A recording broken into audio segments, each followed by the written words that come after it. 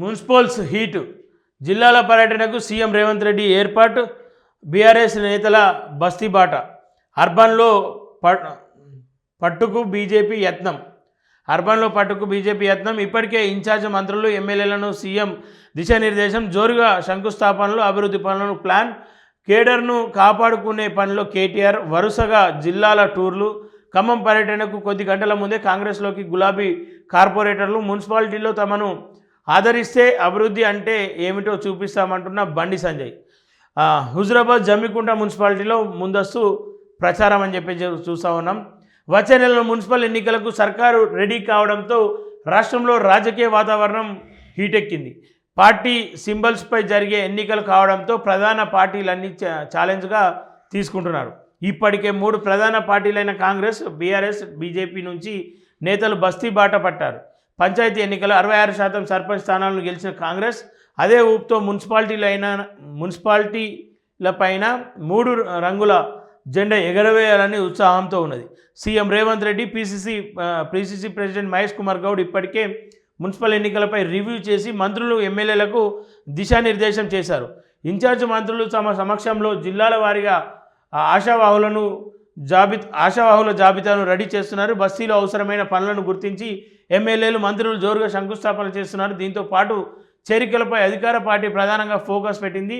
BRS, BJP నుంచి వచ్చే మాజీ ప్రస్తుత కౌన్సిలర్లు, కార్పొరేటర్లను పార్టీలోకి చేర్చుకుంటుంది. తాజాగా ఖమ్మం నుంచి వచ్చిన 9 మంది బీఆర్ఎస్ కౌన్సిలర్లు సీఎం రేవంత్ రెడ్డి సమక్షంలో కాంగ్రెస్లో చేరారు. దీంతో కేడర్ను కాపాడుకునేందుకు బీఆర్ఎస్ వర్కింగ్ ప్రెసిడెంట్ కేటీఆర్ స్వయంగా రంగంలోకి దిగారు. బుధవారం ఆయన ఖమ్మంలో పర్యటించి కార్యకర్తలకు భరోసా ఇచ్చే ప్రయత్నం చేశారని చెప్తా ఉన్నారు.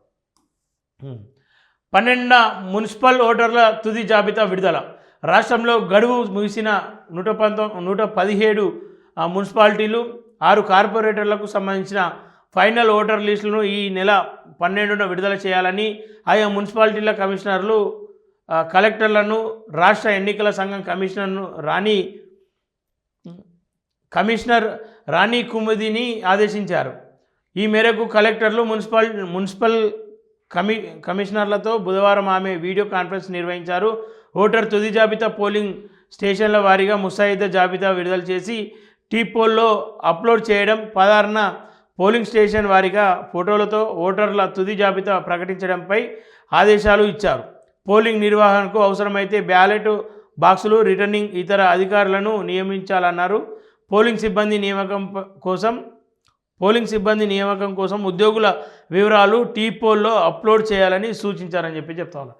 ఏదేమైనప్పటికీ మిమ్మల్ని లొంగ తీసుకోవడానికి అనేక ప్రయత్నాలు చేస్తూ ఉంటారు.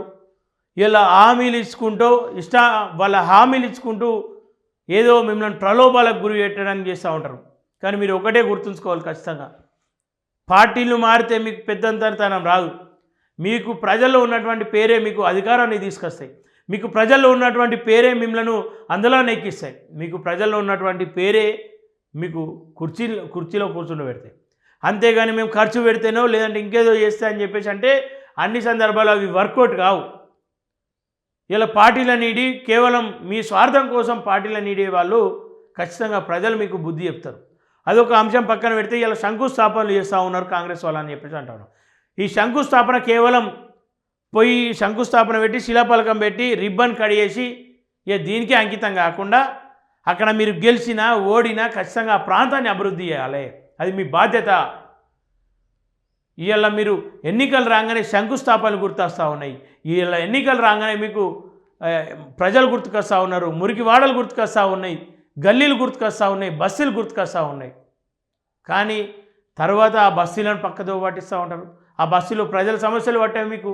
ఆ బస్తీలో ఉన్నటువంటి మోరి సమస్యలు మీకు పట్టాయి. ఆ మోరి, ఆ బురదలో, ఆ వాసనలో, ఆ దోమల మధ్య, ఆ ఈగల మధ్యలో బతుకుతున్నటువంటి కుటుంబాలు మీకు ఆ తర్వాత కనిపించాయి. సో మీరు కూడా ఆలోచించాలి.